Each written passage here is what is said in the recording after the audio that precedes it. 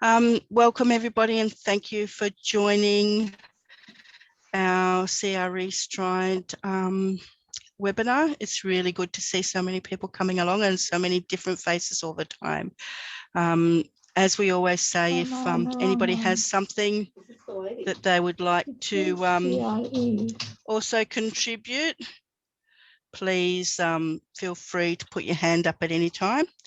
But most importantly, that we need to continue to build our understanding of the Aboriginal people of this country, our knowledge and our connection, to acknowledge those that have paved the way for us and have helped to preserve our culture and being, and to acknowledge the importance and the underlying fabric that is made up from the Indigenous knowledge of this country, and the impact that we as researchers can have on our communities and our future.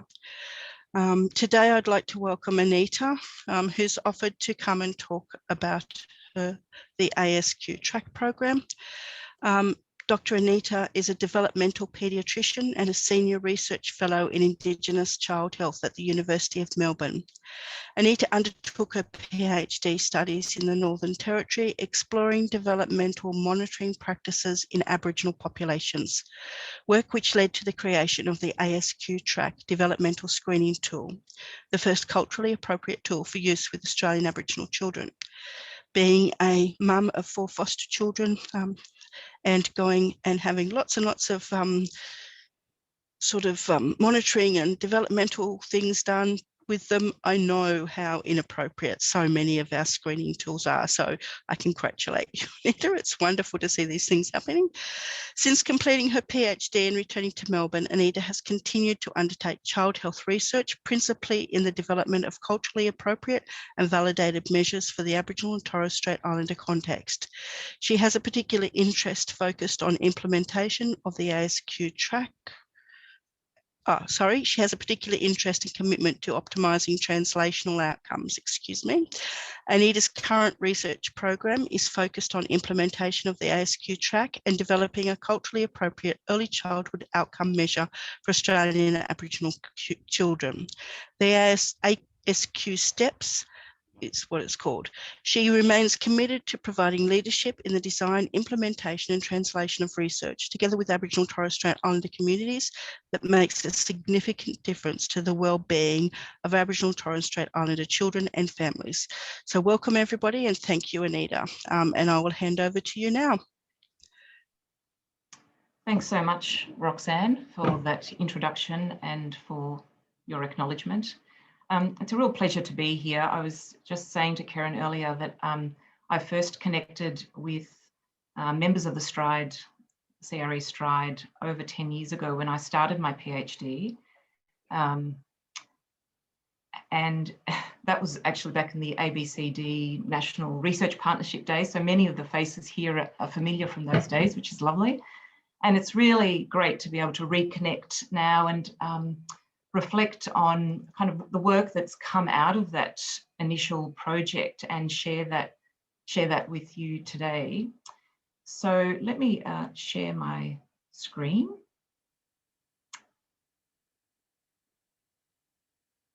So hopefully you can see my screen. If you can give me a thumbs up, Roxanne. That's great, Anita, we can see that. Thank you.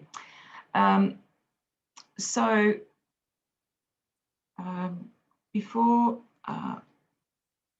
I begin, I too would like to acknowledge that I am on Wurundjeri country and I pay my respects to elders past, present and emerging.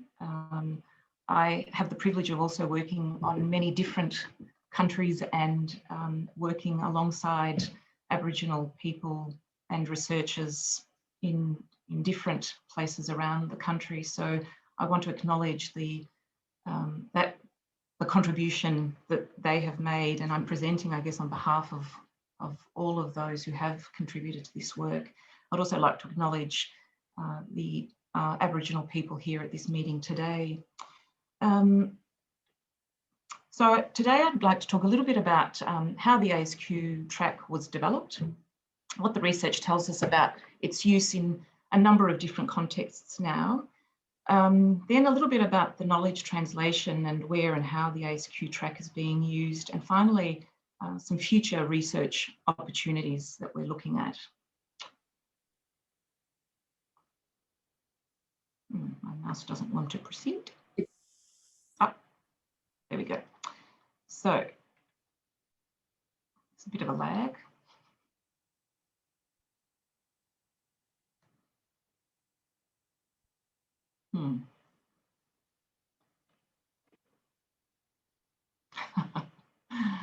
Microsoft PowerPoint is not responding. Ah, dear me. Anita, would you like me to share my screen? Maybe while my it's just crashed. Yeah. So maybe it's easier if you share, and I'll just ask you to proceed the slides. We did have this backup. I sent them along just in case.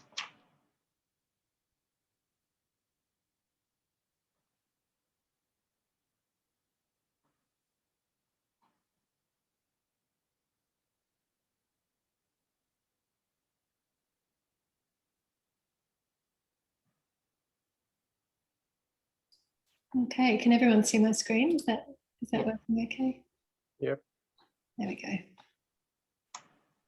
Okay, if you just proceed to the keep going. There we go. Next one. So many of you here don't need to be given this background, but for those who aren't familiar with developmental monitoring practices, developmental screening tools are a part of a broader, more wide-ranging practice of developmental monitoring, which is really to see how children are developing along a trajectory. And developmental screening tools give us a window, a point in time on how that child is tracking. What we know is if we use standardized developmental screening tools, we definitely can pick up more children who might have developmental difficulties than if we rely on clinical judgment alone. So it's really important that we include standardized developmental screening tools as part of our process of monitoring child development. So across Australia and internationally, we now have many different screening tools that are available, and across almost all jurisdictions in Australia now, they are part of a routine policy for child health checks. So prior to the ASQ TRAK, there weren't actually any culturally adapted developmental screening tools available for the Australian Aboriginal context. Next slide.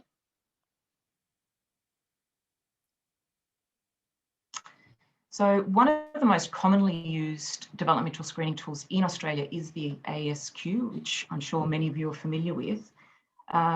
It's a very popular tool here and overseas because of its properties. It's family-centred, it's relatively inexpensive, and there are 21 different age intervals. So that means different age groups that you can use a specific ASQ questionnaire from between 20 and 60 months. Now, that doesn't mean that every child should have 21 screens. It just means that whatever age the child presents at, there is an appropriate age interval. Next slide, thanks. So this is the ASQ briefly, what it looks like. There are 5 different domains, developmental domains or different areas, those 5 listed there. And each questionnaire has 6 items per domain, so 30 items that look at those different domains. In addition to that, there is a set of overall questions about the child's well-being that is included. Next slide. While it's a very useful and popular tool, the ASQ 3 remains a tool that is designed and validated for a US population. So before it can really confidently be used in Australia, it actually would need adaptation for any population here, but certainly for Aboriginal and Torres Strait Islander communities.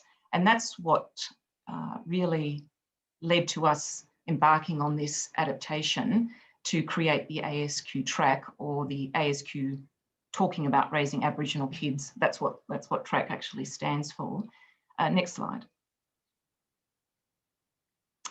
So to adapt the ASQ, we adopted a 6-step process. And the first step was to really establish that the communities we were going to work with were communities that saw this as a priority. So we ended up working with 2 communities, one in the top end and one in Central Australia. The next step was then to have consultations and focus group interviews with a broad range of people to modify the ASQ 3. And that included consulting early childhood development experts, so including early childhood educators, child health nurses, allied health staff, as well as cultural and linguistic experts, and of course community members, so leaders in the community who had an interest in early childhood development, and others who felt that this was of value and interest to them. Once the items had all been modified, we actually then went back to the ASQ authors and consulted with them to ensure that we hadn't lost the intention of the items and that they approved all of those adaptations. The next step involved illustrating every item that we had modified. And for the purpose of the original research project, we translated the ASQ items into the 2 languages of those communities and then undertook testing and reviewing of the tool. Next slide, thanks. So this is just an example of the process. So I don't expect you to read the detail in those boxes, but this is the various steps that we take to undertake the adaptation. So the item was first looked at by a linguist to modify and simplify the language. That was then taken to focus groups to look at further adaptation and modification.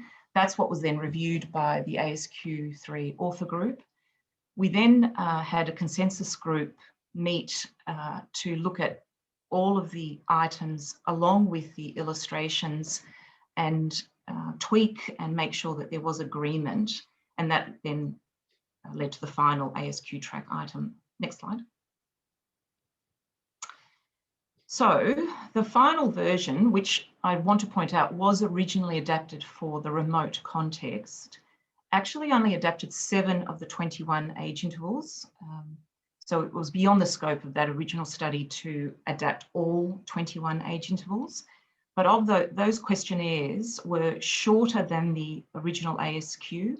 So earlier I mentioned that there are some general questions at the end, and these were omitted. So they are questions about general health because the feedback was that it was too long, and because this is part of a child health check traditionally, often, that is already included in the child health check. So that was acceptable to the ASQ authors.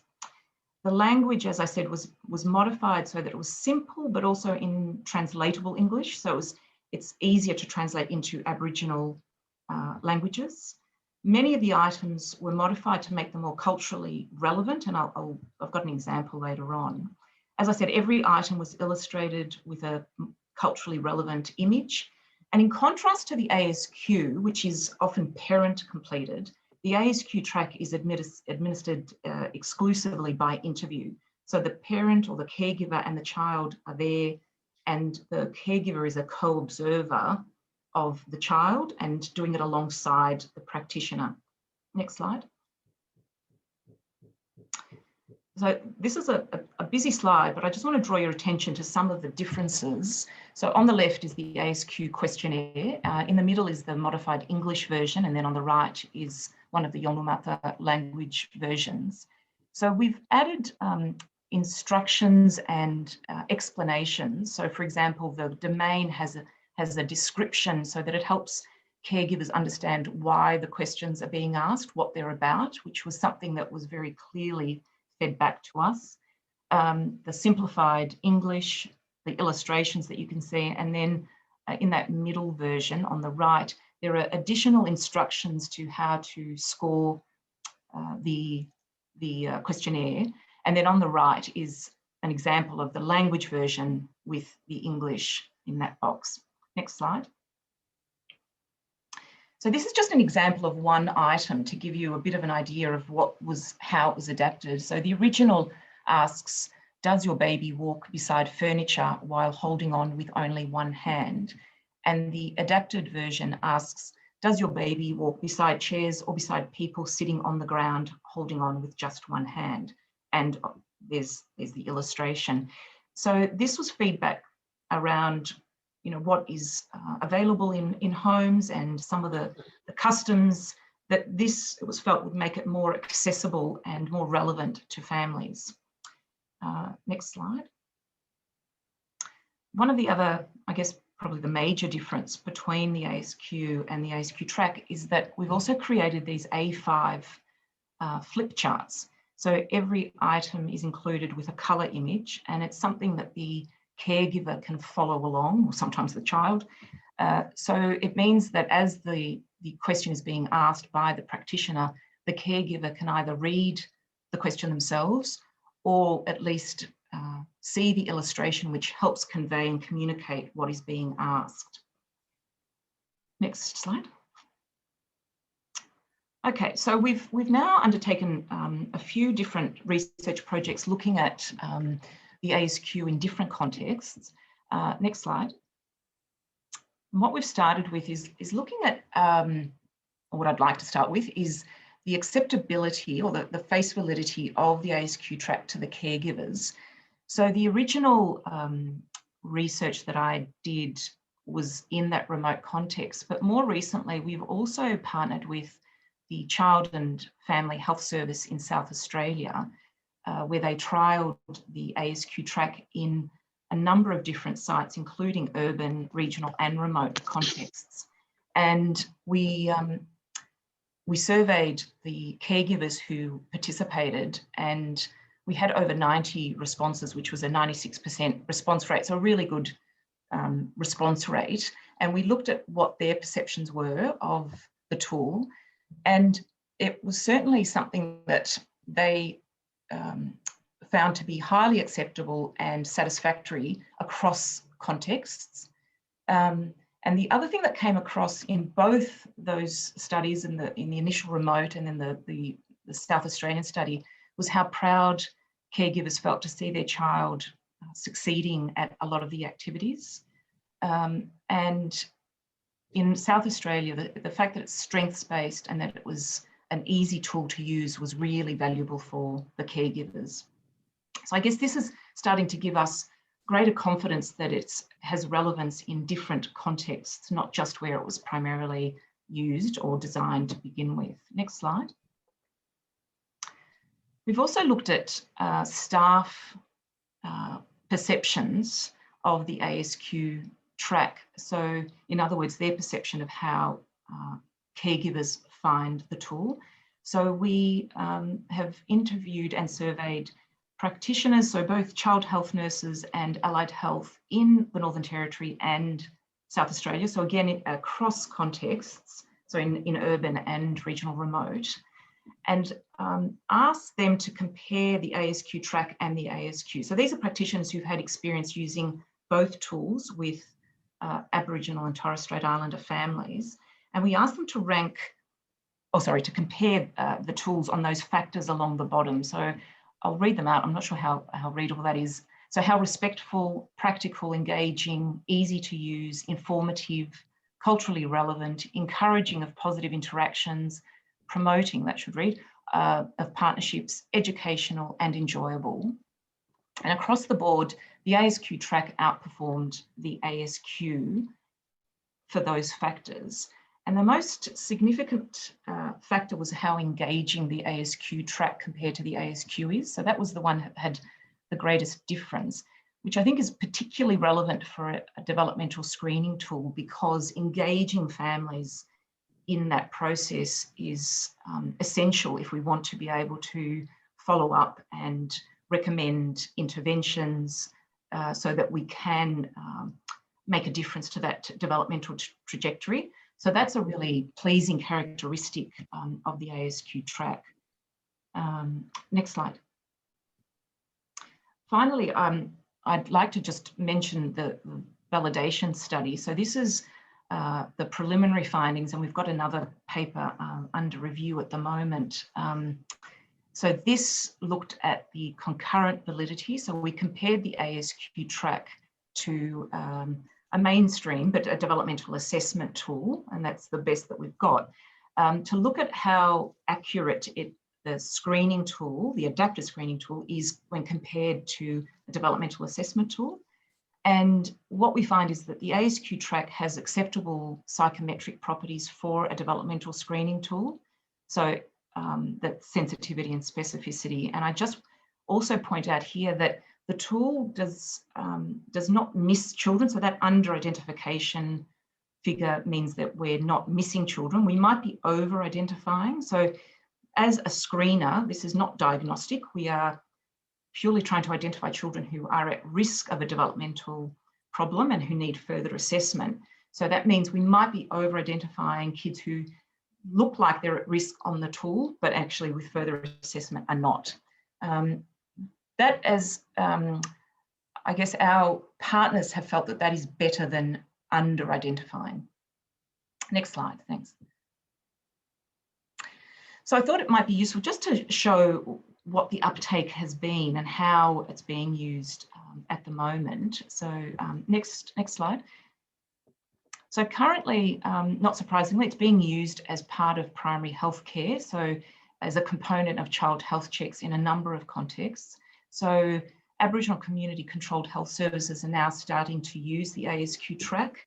So two of our key partners have been Congress in Alice Springs and Nunkawarianti in Adelaide. Nunk has essentially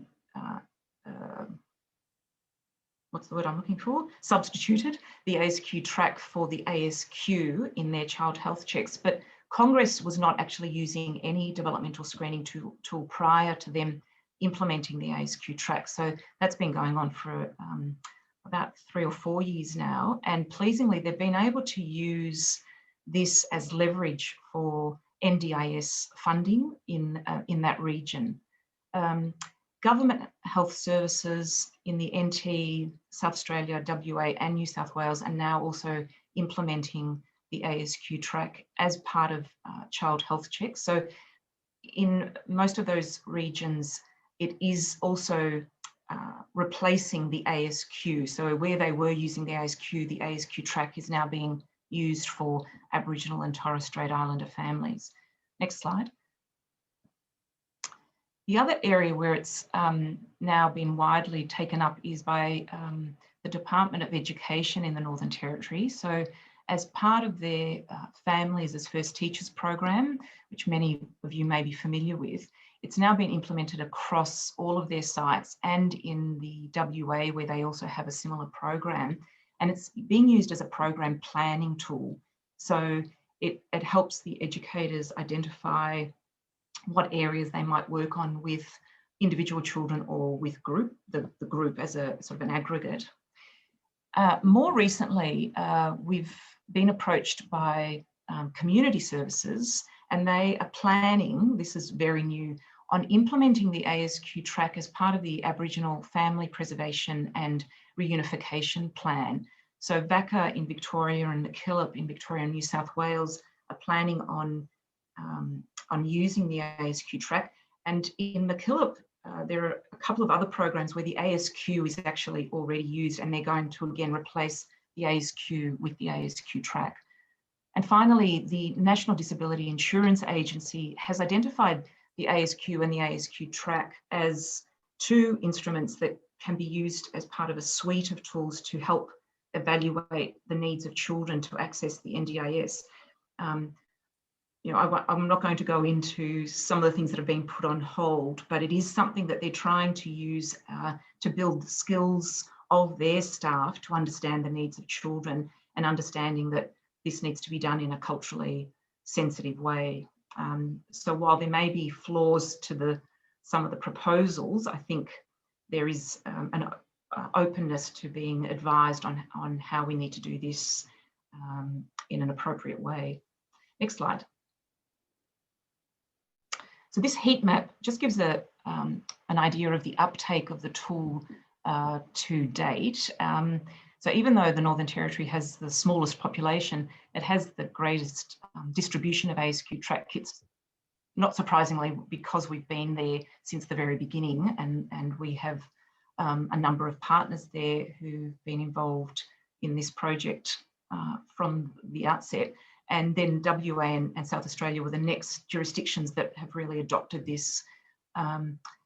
New South Wales is coming on board, and I guess that illustrates that there are probably communities that have not yet accessed the tool. The other thing I just want to point out here, of the 111 organisations, so different organisations that have used or taken up the tool, I guess purchasing doesn't mean they're necessarily using it, but so this is purchases. 35% are Aboriginal community controlled organisations. So I guess that means to me that there are still Aboriginal community controlled organisations that have not yet accessed the ASQ TRAK. So that for me means there is a gap that we need to be reaching kids in these that are serviced by these organisations. Next slide. So I just want to talk a little bit about what we're now doing, what we're currently doing, before I go on to the future projects. Next slide. So currently we are looking at the knowledge translation, you know, how do we distribute the ASQ TRAK and the training in an efficient, accessible way. And then I'll talk about this ASQ steps briefly. So next slide. So currently we are trying to establish a way of distributing the ASQ TRAK as affordably as possible. And so we've partnered with the Royal Children's Hospital, who have taken on distributing the ASQ TRAK, and it's available through their website. Next slide. And the other model that we're trying to, or framework that we're trying to still continually develop, is a training pathway, I guess. I'll get you to just go to the next slide. And what I want to focus on here is, and this is something that we've been trying to refine, and it is something that is probably being built mid-air, but what we've tried to do is have a framework that establishes certification for practitioners who can then go on to become accredited facilitators, so they can then deliver training in their own organisation. So this is something that we're still working on, but trying to develop something that gives us and the organisations who engage confidence that their staff are trained to a particular level. Next slide. This is one of the Aboriginal health practitioners who's participated in training, Raylene, and I'll let you read what her feedback about the training.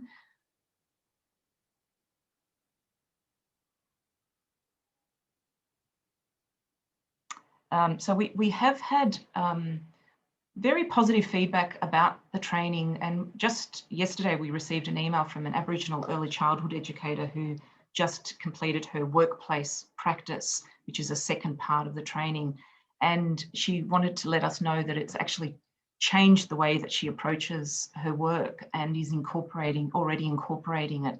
So you know, there are often barriers to implementing the training, but it's the feedback that we get that has us continue to try and advocate for the training as it exists. Next slide. So the other project that I just want to touch on is the ASQ steps for measuring Aboriginal child development. So what I've got here is the ASQ TRAK, which I've described is a screener, and it has the 7 questionnaires at those different ages that we've adapted. The ASQ steps is actually a developmental outcome measure, which is also a derivative of an ASQ instrument, but this is something that looks at how a child is developing over time and can look at a program's effectiveness if we aggregate the data.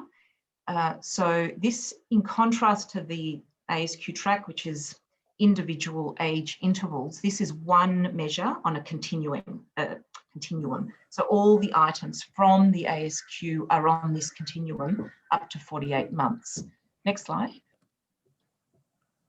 So I'll talk you through this busy slide, but I just wanted to position the ASQ TRAK and the ASQ step. So if we follow the blue line, the child might attend for a child health check and has the ASQ TRAK administered.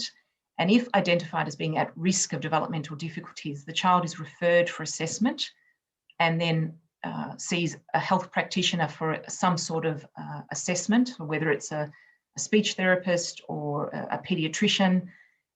Once those child's developmental needs are identified, the child is then referred to a program or a support service and then proceeds to engage with that service.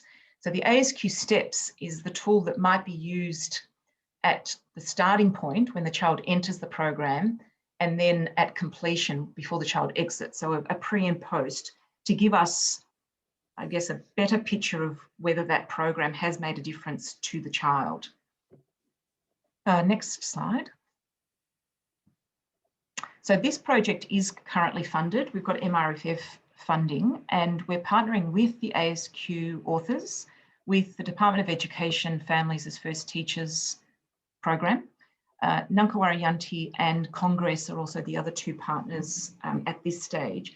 So we're currently in the pre-testing phase. So we've got a prototype of this tool and we are looking at its functionality with NUNC and Congress, assuming we can travel there soon.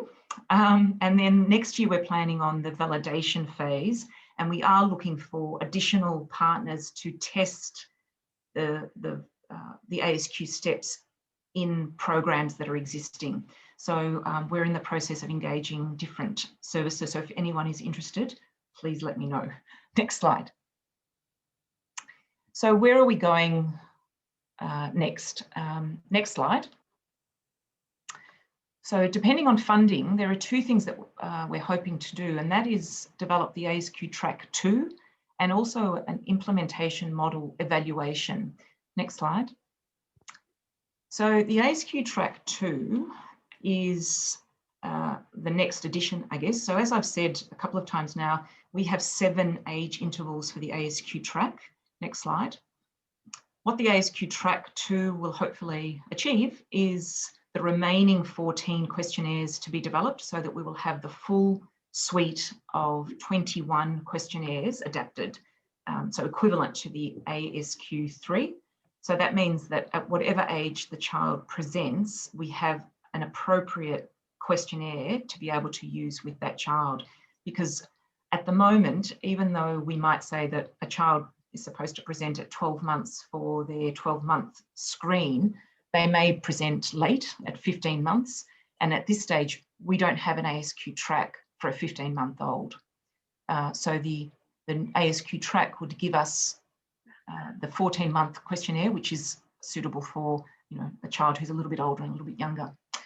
The next slide, thanks, will just to put the ASQ steps in context is, so the ASQ TRAK will be the 21 independent age intervals, and the ASQ steps, just to reiterate, is one measure with all of those items on a continuum. So every child would have the same tool. It's just that depending on the age, you start at a different basal and keep administering items until you reach what we call a ceiling to give us an idea of exactly where that child sits on that continuum.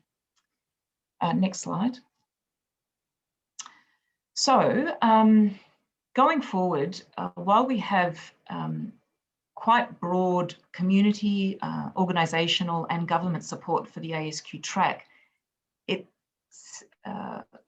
it's successful, sustainable implementation and embedding into services and organisations is a complex process.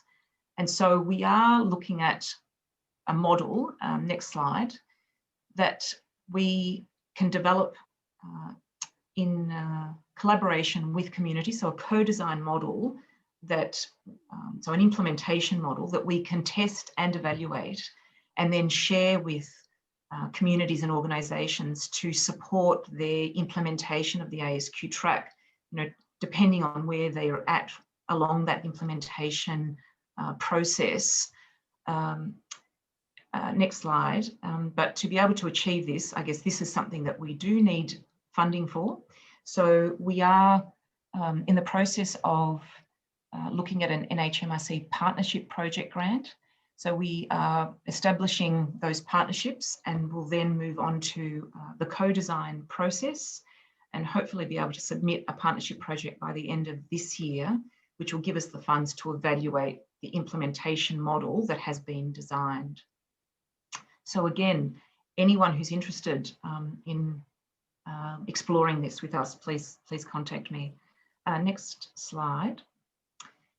So finally, this is a photo of our consensus group when we met in Alice Springs, many of whom have gone on to form part of our Indigenous reference group. And I'd like to acknowledge their leadership, but also gratefully acknowledge the contribution of all our Aboriginal community partners and members, and the other partners who've been involved in the TRAK and STEPS research programs. Thanks. So I haven't gone too long over.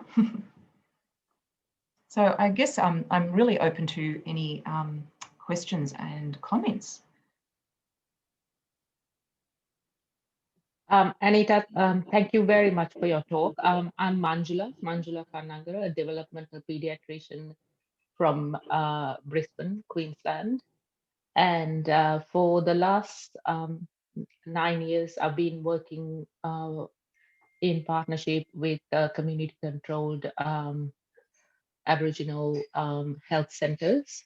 And I am very much interested in working with you and have a partnership or to contribute to the ASQ TRAK program, and I will be very interested in knowing how to purchase or how we can get the ASQ TRAK forms and to know more about that.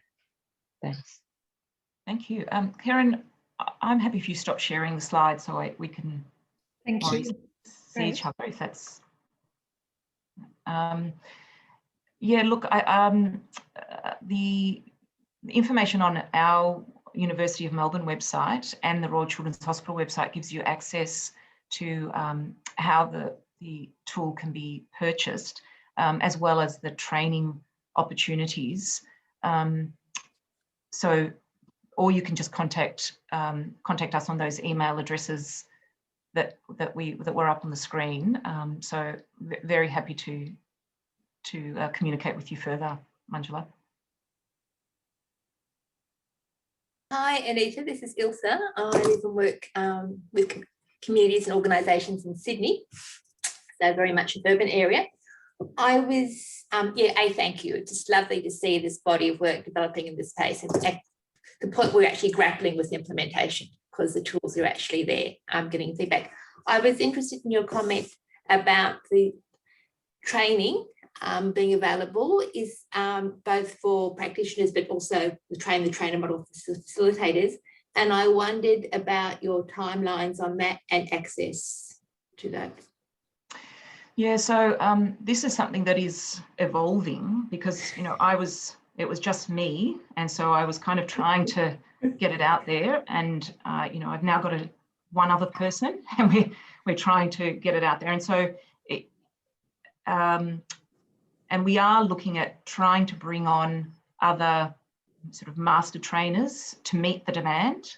At the same time, though, continue to support people who have done the training, because as I'm sure everyone here knows, implementation is more than just training. And so what we're finding is that people need quite a lot of support, even following the training. So setting up and customizing training and then following it up, and supporting those who need to go on to become facilitators to then deliver training in their organisations.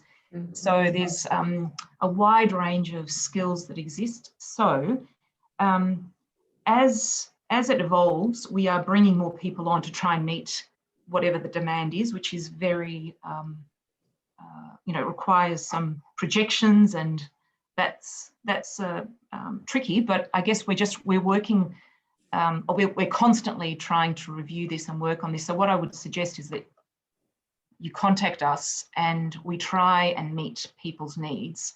So most of the training is customized. In other words, we come to an organisation and we deliver it on site. That is actually not very cost effective, some would argue, but I think in the long run, it means that we target the needs of the organisation and help them implement it in their service.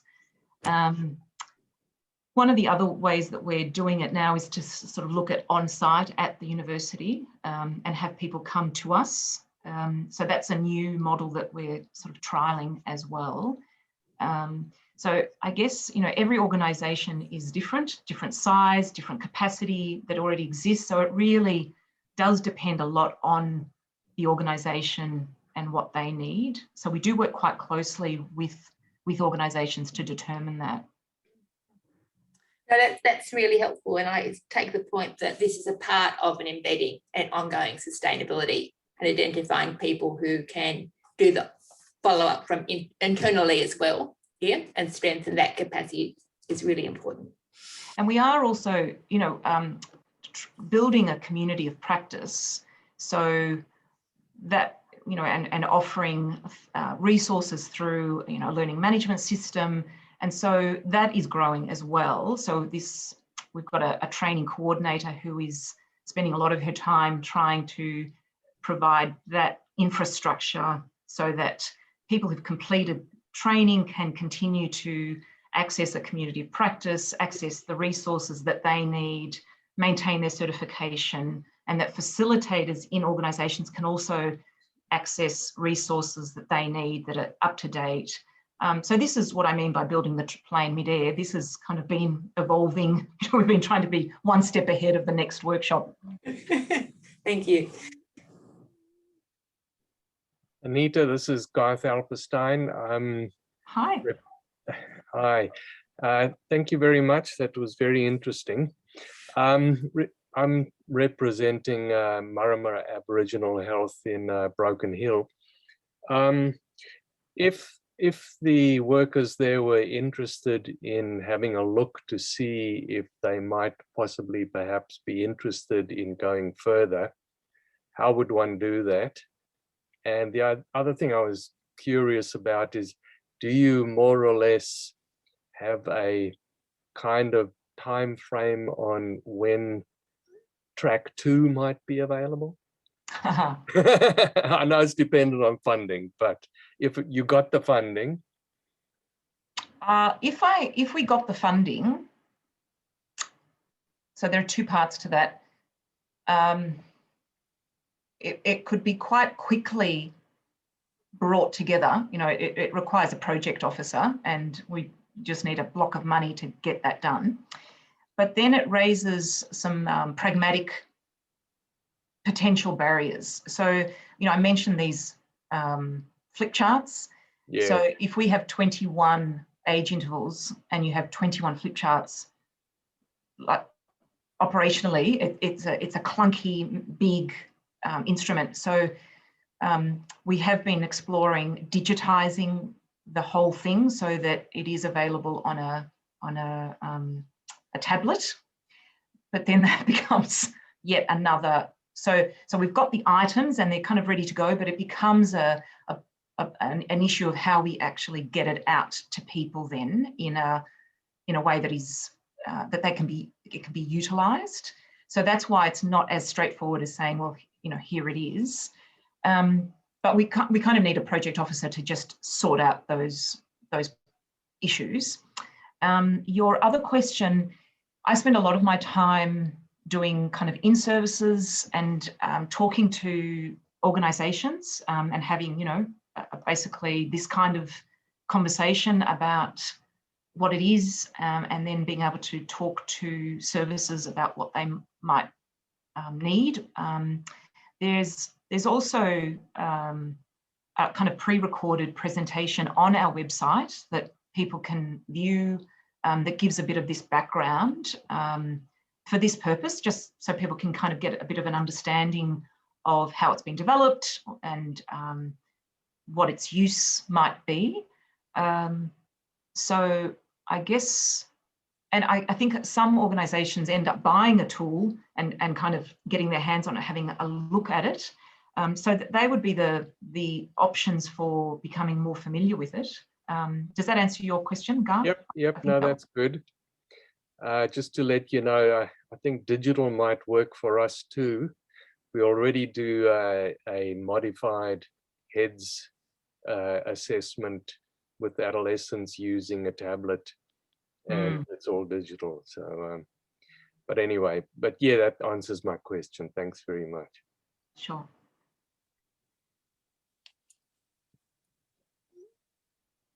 Thanks, Anita, from me as well. It's good to hear the story of where ASQ TRAK has gone. Anita and I, we were part of those early ABCD days when the tool was just being developed. So thank you. I just wonder if you can explain a bit more about the Aboriginal and Torres Strait Islander sort of inputs. I mean, you've talked about at various stages, the organisations involved and the community consults that have happened through this evolution process and into your forward planning. You mentioned that you had an Aboriginal and Torres Strait Islander reference group. Have they been a constant? So have they sort of provided, their input as you've worked through a number of these implementation issues? So from the beginning, the communities that were engaged in the very first process led that. So they really led that at the adaptation and the modification. And while we didn't have a formal Indigenous reference group, informally, they certainly directed the modification and how we then proceeded. So their feedback was instrumental in designing the method of administration, for example, which was very clear. It is not to be parent completed. It needs to be done alongside parents. They also, the initial training that was delivered to Aboriginal health practitioners as part of the research project, that feedback, I guess, informed the ongoing delivery method of being face-to-face and resisting, I guess, the push to go online. Then subsequently, so the validation projects, they were undertaken. We went back to those communities that were involved in the initial adaptation and invited those communities and the members of those communities who participated in the original research. So we went back to those communities and always have continued to return to those communities and invite them to be involved. And they have actually continued to be involved along the way of the different iterations, well, not iterations, but the different parts of that project. So the Indigenous reference group was formalised once we well, I was thinking, so I'm not allowed to leave my house at the moment, but can I call patient travel and ask for them to come around and pick you up? Are you able to mute? Sorry, Emily, can you mute your phone? 1:30, yeah. Hi, Emily. I've just muted Emily now. Sorry about that. So it's actually this next project, which is developing this new tool, has a formal Indigenous reference group that is meeting. We actually were meeting face-to-face twice a year, and then during last year we started meeting via Zoom, and they requested that we should meet more frequently, which was, really encouraging and pleasing. They wanted to meet every 6 weeks because they felt that this was a better way of maintaining momentum and involvement. And they are guiding some of the knowledge translation around that tool. So instructing us, I guess, on what approaches and methods and conferences we should be presenting at, for example, as well as developing other material that can help with the knowledge translation, looking for ways that they can share with their communities in a way that is accessible about the research. With this, the implementation,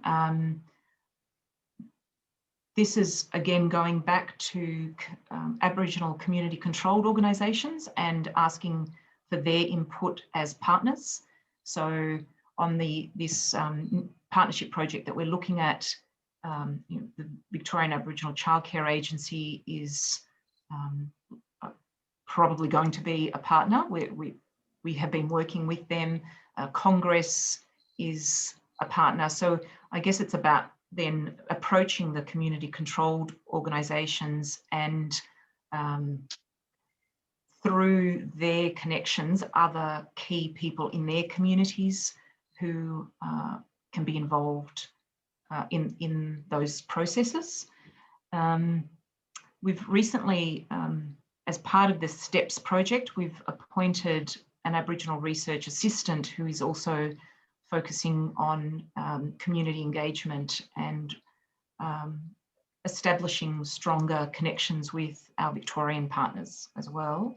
So I guess there are ways that we can continue to improve on that, and looking for input from others such as yourself, Veronica, to look at how we can improve those processes. So it's definitely an ongoing learning process for us. Yeah.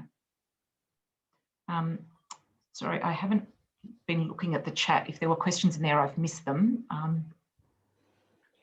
Anita? Yes, Sandy, hi. Yeah, hi, I'm Sandy Campbell. I work for the National Support Service for the Australian Nurse Family Partnership Program. Thank you very much for your presentation. You mentioned in your presentation that you've got some work under review at the moment, and I'm not sure if you were talking about more validation work, but has the original 7 questionnaires, have you done any work on validation in urban populations, or is that in the pipeline? So the validation that we did was in Alice Springs and a number of communities, remote communities in the Northern Territory.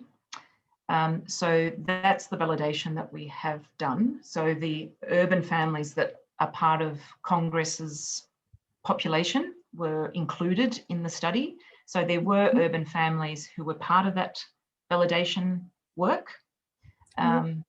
So that was a huge undertaking that I wouldn't embark on lightly. So there isn't a plan at this stage to undertake further validation of the ASQ TRAK, specifically in urban, well, when I say validation, concurrent validity. So we've looked at face validity and how acceptable it is, which is also validation. And that, I guess, we're getting more and more evidence that it is acceptable in the urban context. But concurrent validity, we're not looking at doing further concurrent validity, especially because people are using the ASQ, which is not validated either.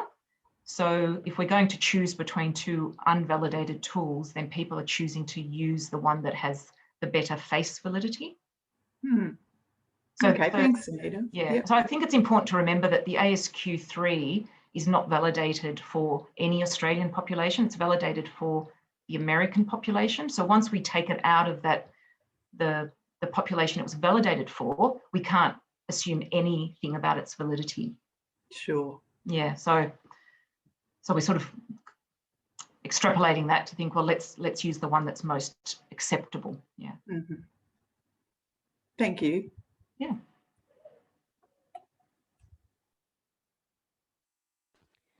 There is one question in the chat line, Anita, about whether you've given consideration to developing an app for purchase. So the digitized version is I guess that's what we're talking about, an app that requires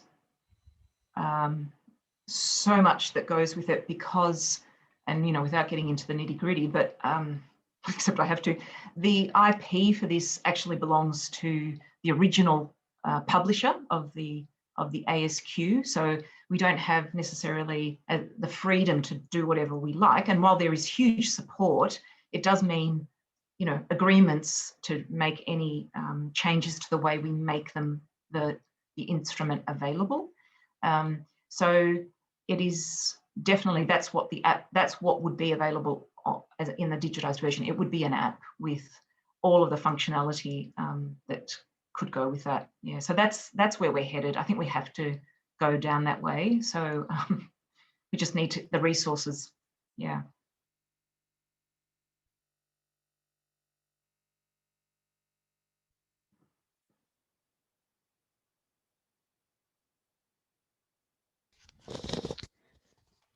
So if there's any further questions for Anita, we've got only a couple of minutes to go. But I'd just like to say thank you again. Oh, sorry, Rox, did you want to finish? No, you go, Veronica, you go. I just wanted to pass on my thanks to you, Anita, for your time and the presentation today. I think you've already garnered a lot of interest, it seems, in terms of where ASQ TRAK can go from here. No, thank you for inviting me, and it's been an absolute pleasure to, as I said, reconnect and see some familiar faces. So it's been a pleasure, and I look forward to meeting some of you and seeing some of others again and working with you in the future. Great. And thanks everyone too for coming along today. Hope you enjoy the rest of your week and have a happy NAIDOC week next week. Hopefully not too many plans disrupted. But yeah, thank you again. Thank you. Thanks everyone. Bye everyone. Bye-bye. Thanks, Anita. Thank you. Bye. Thank you. Thank you. Thanks.